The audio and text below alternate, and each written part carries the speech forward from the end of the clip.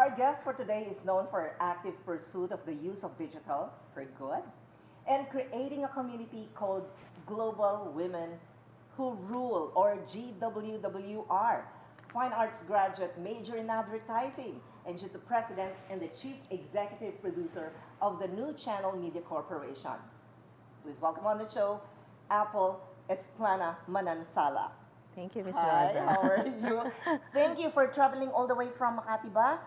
Going to Quezon City. Pero syempre, walang-wala yan kasi pag-uusapan natin yung global community Yes. that you established. Yes. Kumusta ka, by the way?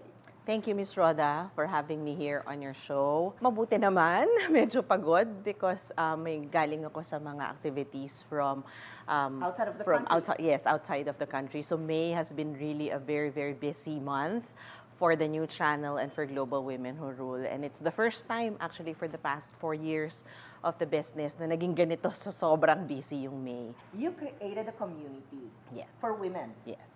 Can you tell us more about this? When at paano mo siya create? Paano to nagsimula? Actually, it really started when I was doing the new channel already. By the way, the new channel is a digital platform. Yes, it's a Okay. digital platform primarily for a live stream channel. I was just helping our shows to have shoots, to have online platform, to have the concepts itself.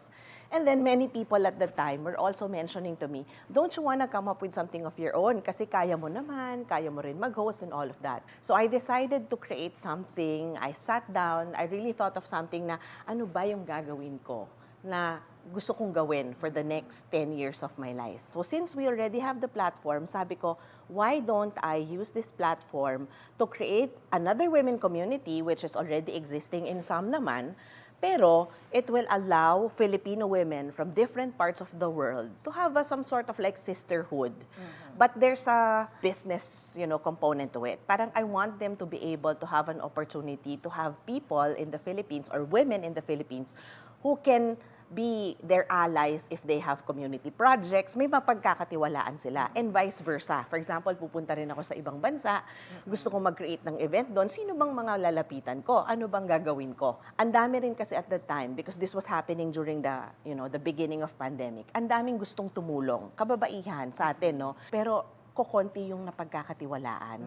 So I said, if you have a community, and the heart of the community is charity, then you teach people not to be afraid to help, and yung help nila mapupunta sa tamang tao. And then, you will also be able to use the voices of these women na i-group mo for the betterment of other people. And yun talaga yung pinaka-importanting inisip ko doon, Miss Rhoda. Kailangan yung gagawin ko, hindi ko siya gagawin dahil gusto ko lang siyang gawin ngayong pandemic. Kailangan yung gagawin ko siya kahit after the pandemic. So Global Women Who Rule, or Yes. GWWR, was created in 2021, as you Yes. said.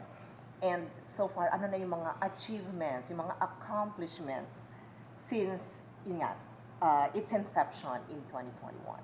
To be able to group less than 100 Filipino women, empowered Filipino women at that, coming from different industries in space, gano'n na siya kalayo, technology, health and wellness, mental health.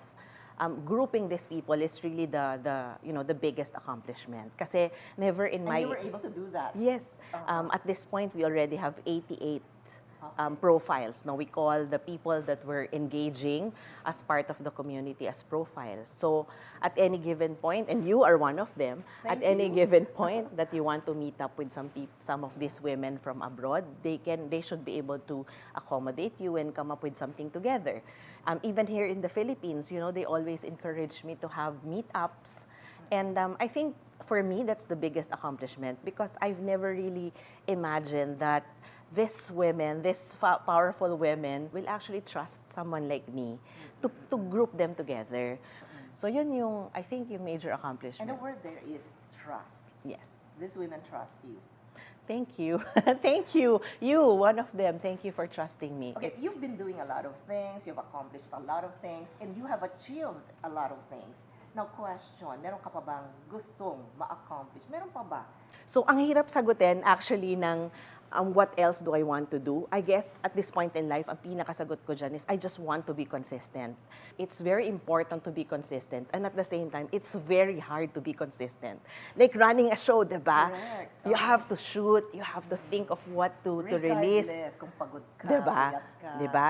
And as a follow-up question, if you had a bucket list, Mm-hmm. what would be on top of that list?